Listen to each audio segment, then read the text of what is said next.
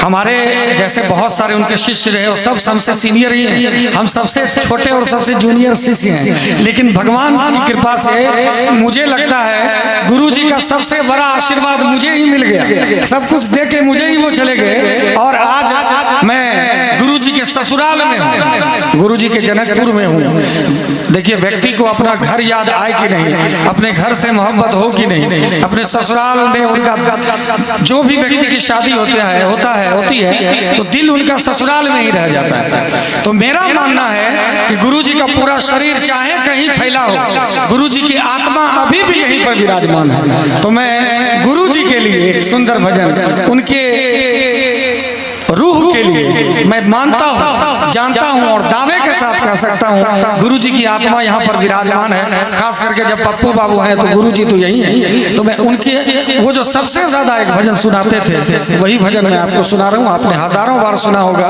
लेकिन बड़े संत हमारे मुरारी बापू जी कहते हैं कि अगर सिर्फ गुलाब देने से, फूल देने से अगर किसी को किसी से मोहब्बत हो जाता तो पूरी दुनिया किसी माली की महबूब रहती, माली से ही सबको प्यार हो जाता है, लेकिन नहीं होता है। फूल देने वाले पे डिपेंड करता है कि हम कैसे फूल दे रहे हैं। तो वही भजन जो आपने हजारों बार सुना था आज मैं अपने से भी सुना रहा हूँ, गुरु जी का सबसे प्रिय भजन। आइए, और उससे पहले चाहूंगा हमारे गुरु जी के लिए एक जोरदार जयकारा और सबके तरफ से हाथ उठना चाहिए। बोलो सियापति रामचंद्र भगवान की। तो कहना चाहूंगा कि हमारे गुरु जी अक्सर कहा करते थे, हम सांस ले रहे हैं इस जान की बदौलत। उन्होंने कहा था कि जो किया, जितना किया, जैसा किया वो कम नहीं, अब नींद भी आ जाए तो इस बात का है गम नहीं। क्योंकि उनको पता था कि धीरज कांत जैसा लाल पैदा कर दिया है, निशांत और निष्कलंक उनका बेटा थोड़े है, वो तो शारीरिक बेटा है, बेटा तो हम हैं उनके।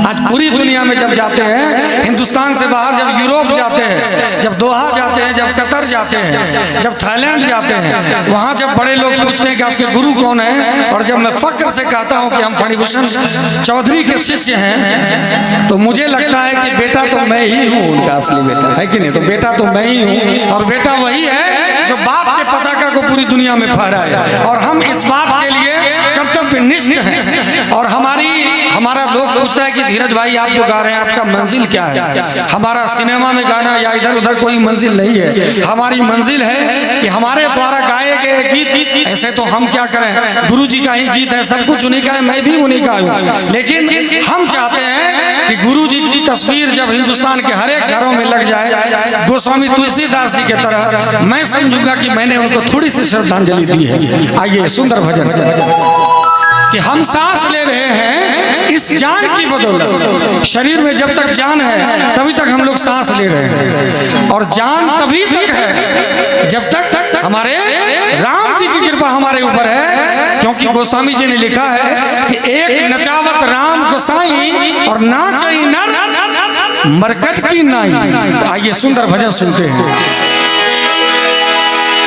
हम सांस ले रहे हैं इस जान की बदौलत, और जान जिस्म में है, और जान जिस्म में है श्री राम की बदौलत, और जान जिस्म में है श्री राम की बदौलत। हम सांस ले रहे हैं इस जान की बदौलत, हम सांस ले रहे हैं इस जान की बदौलत, और जान जिस्म में है, और जान जिस्म में है श्री राम की बदौलत, और जान जिस्म में है श्री राम की बदौलत।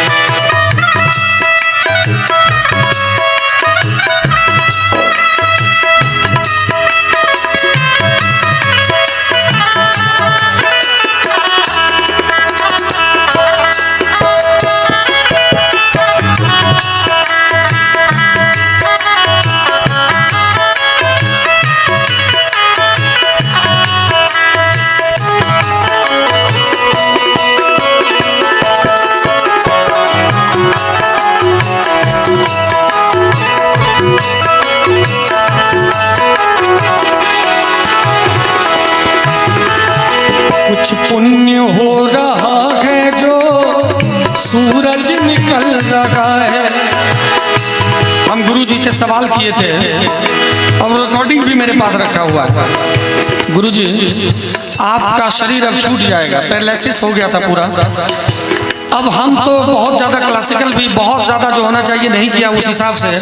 उन्होंने कहा कि तुम्हारे दिल में जो भाव है तुम याद रखना, तुम्हारा झंडा कोई झुकाने वाला नहीं होगा। उन्होंने आशीर्वाद दिया था मुझे और आज वही हुआ। तो कहते हैं कुछ पुण्य हो रहा है जो सूरज निकल रहा है, कुछ पुण्य हो रहा है जो सूरज निकल रहा है, कुछ पुण्य हो रहा है जो सूरज निकल रहा है, कुछ पुण्य हो रहा है जो सूरज निकल रहा है। और धरती थमी है सदियों से, धरती थमी है सदियों से इंसान की बदौलत, धरती थमी है सदियों से इंसान की बदौलत।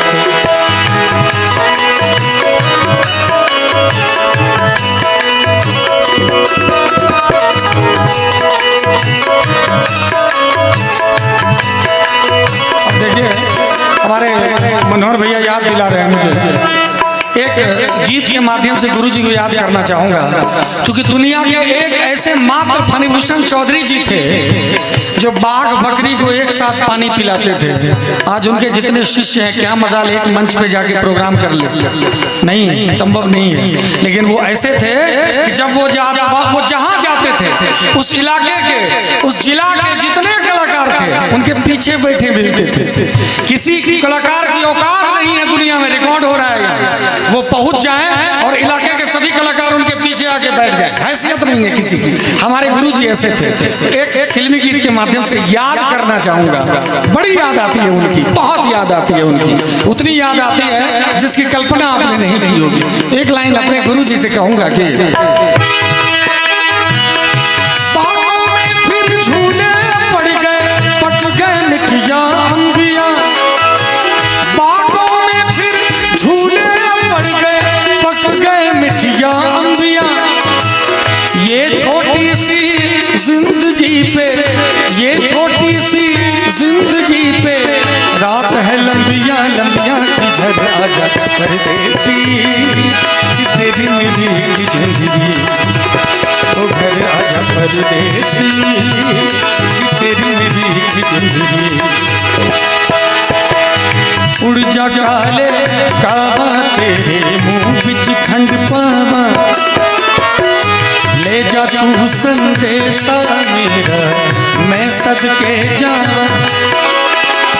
बागों में फिर झूले पड़ गए, पट गए मिठिया अंबिया, बागों में फिर झूले पड़ गए, पट गए मिठिया अंबिया, ये छोटी सी जिंदगी पे, ये छोटी सी जिंदगी पे रात है लंबिया लंबिया, घर आजा परदेसी ओ तेरी मेरी की जिंदगी, ओ घर आजा परदेसी कि तेरी मेरी की जिंदगी।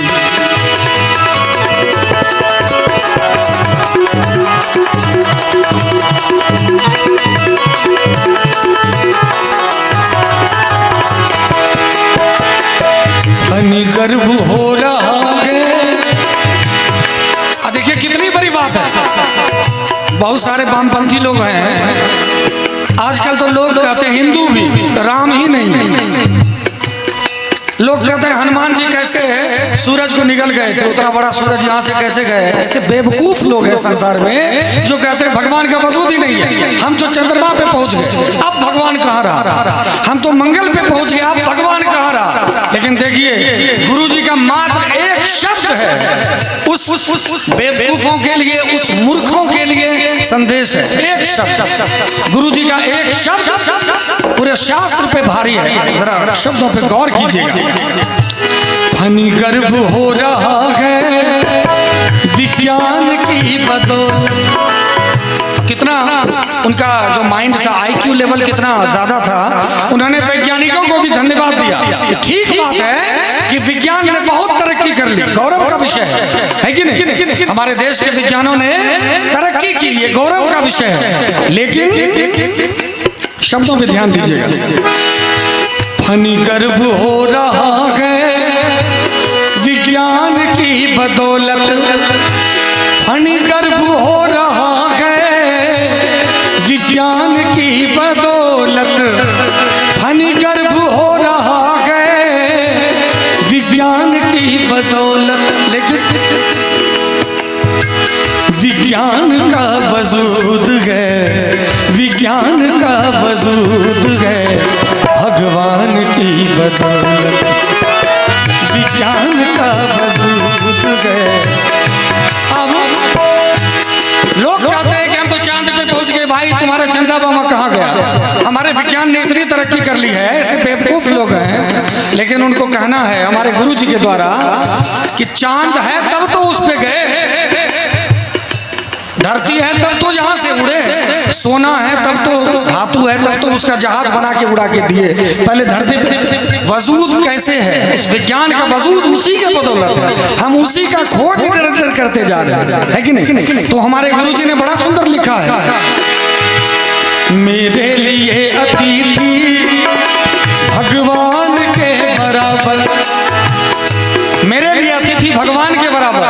अब देखिए उन्होंने कहां से लिखा ये शब्द। हमारे राम जी जब ससुराल आए तो जनक जी महाराज के यहाँ उनका देवता जैसा स्वागत हुआ। उस समय थोड़े पता था कि ये भगवान के अवतार है। उनका देवता इतना सत्कार हुआ और गौरवशाली हम लोग हैं। लोग बाहर में जाते हैं तो बिहारी कहता है कोई तो लोग इसको गाली समझता है, लेकिन मैं अपने आप को गौरवशाली समझता हूँ कि मर्यादा पुरुषोत्तम भगवान श्री रामचंद्र, ये खगड़िया भी मिथिला नगरी में ही आता है, खगड़िया भी तिरहुत क्षेत्र के अंतर्गत ही आता है। हम उस पार जाएंगे तब तिरहुत खत्म हो जाएगा, है कि नहीं? तो अतिथि का इतना सत्कार हमारे यहाँ हुआ कि स्वयं भगवान भी आकर के हमारे यहाँ अतिथि सत्कार किए और भगवान भी सर झुका दिया। हमारे गुरु जी ने बड़ा सुंदर लिखा है, जरा ध्यान दीजिएगा। मेरे लिए अतिथि भगवान के बराबर, मेरे लिए अतिथि भगवान के बराबर, मेरे लिए अतिथि भगवान के बराबर, मेरे लिए अतिथि भगवान के बराबर। और सर करते गए न्योछावर, सर करते गए न्योछावर मेहमान की बदौलत, सर करते गए न्योछावर मेहमान की बदौलत, हम सांस ले लगे गए इस जान की बदौलत। बोलो सियापति रामचंद्र भगवान की।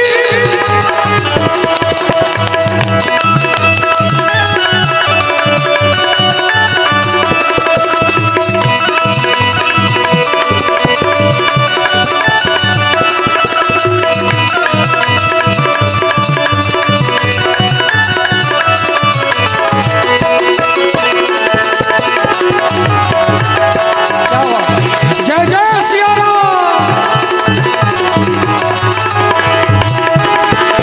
श्री राम नाम जप के लंका से जीत आए। अब देखिए भाव, वो ऐसे नहीं कुछ लिख देते तो तुकबंदी नहीं होता था उनका कि तुकबंदी कर दिया होगा, नहीं। अब देखिए गाने का भाव सुनिएगा। लंका विश्व विजयी रावण जो कुबेर को भी अपने घर में झाड़ू लगाने के लिए रख सकता है, वैसे लंका पे विजय कौन पाली? हनुमान जी राम जी का नाम मात्र लेके। जरा सुनिएगा शब्दों के भाव को। श्री राम नाम जप के लंका से जीत आए। अरे कहता है बहुत बड़ा लोग है यार, ऐसे कहते तो लंका। श्री राम नाम जप के लंका से जीत आए। हनुमान जी महाराज जब लंका जलाते हुए आकाश मार्ग से जा रहे थे तो उन्होंने देखा कि सारी नगरी तो जल रही है, लेकिन एक घर है, एक कुटिया है जिसके ऊपर राम नाम इंकित है और वहां से राम राम की आवाज आ रही है। हनुमान जी महाराज को बड़ा आश्चर्य हुआ तो भैया इस रावण की नगरी में राम नाम लेने वाला कौन है? हनुमान जी महाराज नीचे उतरे। हनुमान जी महाराज पूछते हैं कि भैया ये तो रावण की नगरी है, आप इस रावण की नगरी में राम नाम कैसे ले सकते हैं? उन्होंने परिचय दिया कि भैया मैं रावण का ही छोटा भाई विभीषण हूँ और मैं राम जी का परम भक्त हूँ। और बात लंबी हो जाएगी, मैं शॉर्टकट में कहना चाहूंगा। विभीषण जी महाराज पूछ रहे हैं हनुमान जी से, हे प्रभु, हे हनुमान, आप कौन हैं? उन्होंने कहा कि मैं राम भक्त हनुमान हूँ। उनको सबसे ज्यादा अगर गौरव महसूस, जैसे मुझे अगर सबसे ज्यादा गौरव महसूस होता है तो दो चीज कहने में, एक कि मधुबनी मेरा ननिहाल है तो मैं मिथिला का नाती हूँ, और दूसरा मैं फणिभूषण गुरु जी का चेला हूँ। ये दो चीज कहने में मुझे इतना गौरव महसूस होता है जिसकी कल्पना आपने नहीं की होगी। ऐसे ही हनुमान जी महाराज ने कहा कि मैं राम भक्त हनुमान हूँ। तो विभीषण जी उनसे कहते हैं कि हे भैया, ये बताइए कि मैं तो रावण का छोटा भाई हूँ। शब्दों पे ध्यान दीजिएगा, मैं रावण का छोटा भाई हूँ, मैं राक्षस हूँ।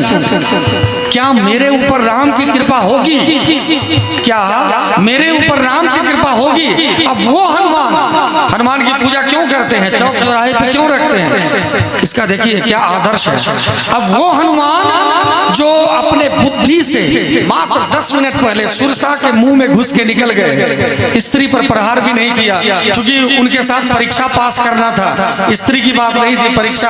एक मुष्टिका के प्रहार से जो आप सोच सकते हैं कि पूरा लंका नगरी का जो मुख्य द्वार था उसके रक्षा करने के लिए लंकिनी वहां पर मौजूद थी।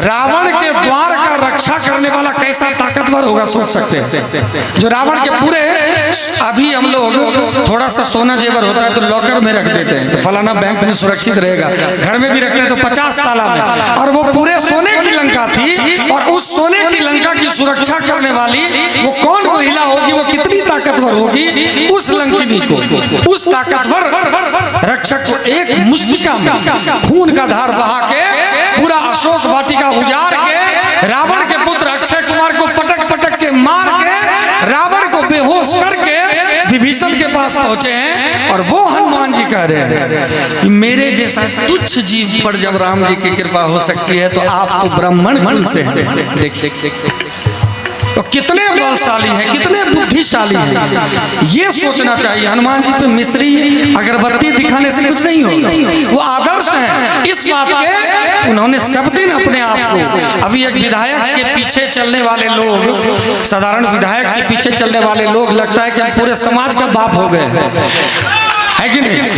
एक सांसद के पीछे चलने वाला लोग, एक प्रधानमंत्री, और वो कितने बड़े विधायक हैं जो पूरे जगत के चराचर जगत के विधायक हैं, जो रघुकुल नायक हैं, जो रघु यानी कण कण, रघु मतलब कण होता है, जो कण कण के पति हैं, उस रघुपति के चरणों का दास, उस रघुपति के सबसे निकट का व्यक्ति हनुमान, वो कह रहा है कि मेरे जैसे तुच्छ व्यक्ति पर जब राम जी की कृपा हो सकती है तो आप तो ब्राह्मण कुल से हैं, आप तो पुलस्त मुनि के कुल से हैं, आपके ऊपर क्यों नहीं होगी। यह शिक्षा का विषय है। और इतना सोच के उन्होंने इस लाइन को लिखा है, वो कैसे विद्वान थे लिखने वाले, जरा ये सोचिए। हमारे गुरु जी ने कहा है, श्री राम नाम जप के लंका से जीत आए, श्री राम नाम जप के लंका से जीत आए, श्री राम नाम जप के लंका से जीत आए,